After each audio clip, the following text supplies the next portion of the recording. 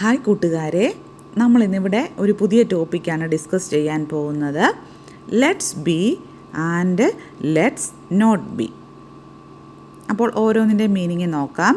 Let's be എന്നുള്ളത് നമുക്കാകാം എന്ന അർത്ഥം വരുന്ന സന്ദർഭങ്ങളിലാണ് ലെറ്റ്സ് ബി യൂസ് ചെയ്യുന്നത്.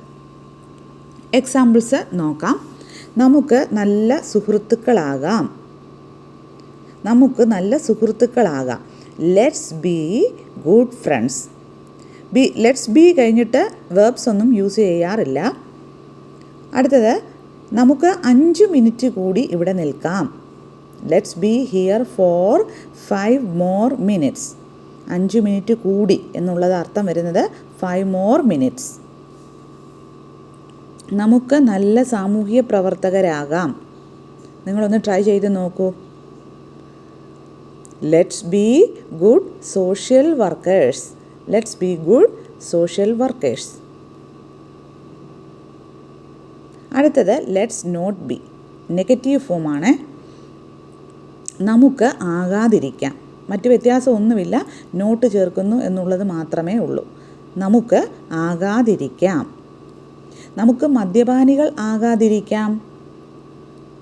ഡ്രങ്കേർഡ് എന്നുള്ളതാണ് മദ്യപാനി. Let's not be ഡ്രങ്കേർഡ്സ്.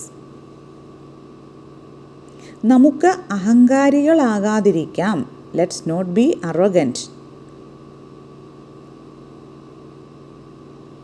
അടുത്തത്, നമുക്ക് അവിവേകികളാകാതിരിക്കാം. Let's not be impudent. Impudent എന്നുള്ളതാണ് അവിവേകികൾ എന്നുള്ള അർത്ഥത്തിൽ യൂസ് ചെയ്തിരിക്കുന്നത്. നമുക്ക് നിരുത്സാഹികളാകാതിരിക്കാം. Let's not be discouraged.